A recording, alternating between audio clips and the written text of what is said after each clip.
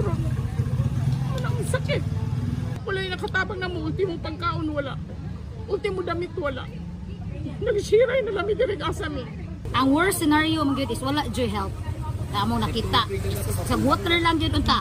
Kay from 5:15 AM na nami sa atop until 11 or 12 or 1 not sure.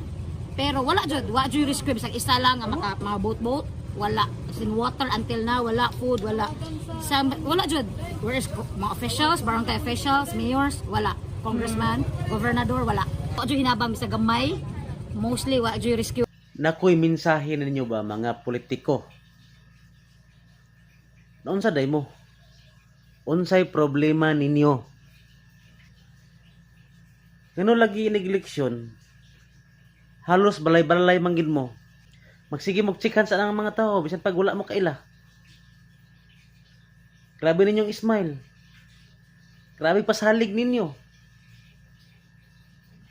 Unya karon be, na may kalamidad sa maani, asaman mo.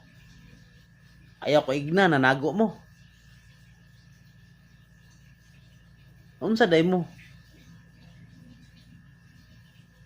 Ha?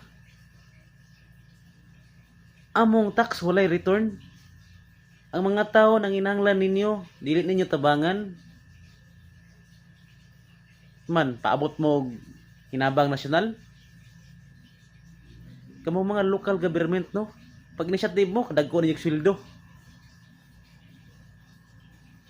Inyo nga magina mga tao diha. Nang dili man na ninyo tabangan. Ha? Ang ako nakita nga politiko may atog Cebu, si Bongo pa. Hangyo pa siya sa Malacanang. Hangyo sa DSWD. Hangyo sa DPWH katabangan. How about ubang politiko diha? Inyo mga salin milyon-milyon, bilyon-bilyon.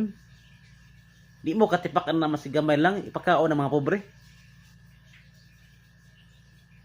Baga nagigay mo mga butan lang. O mauna ha mga butante ha. So eleksyon butarin na po na ninyo. Bayaran lang mo 500, bayaran mo 1,000.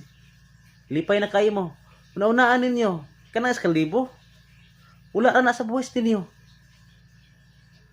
Pila ka tuig mo magantos bayad sa buhis. Nya ilaro na mo sa libo. Pila ka milyon, bilyon ang kawaton na nila. Oh. Sunod ha. Maskin pagkaliwat ta ka, parinte ta ka. Kung midawat ka sa eleksyon, wa jud kay nada. So eleksyon, botarin na po na ninyo ha. Kanang malit og boto, botarin na po ninyo. Kay kamo na po niya manginhanglan. Kadool man mo.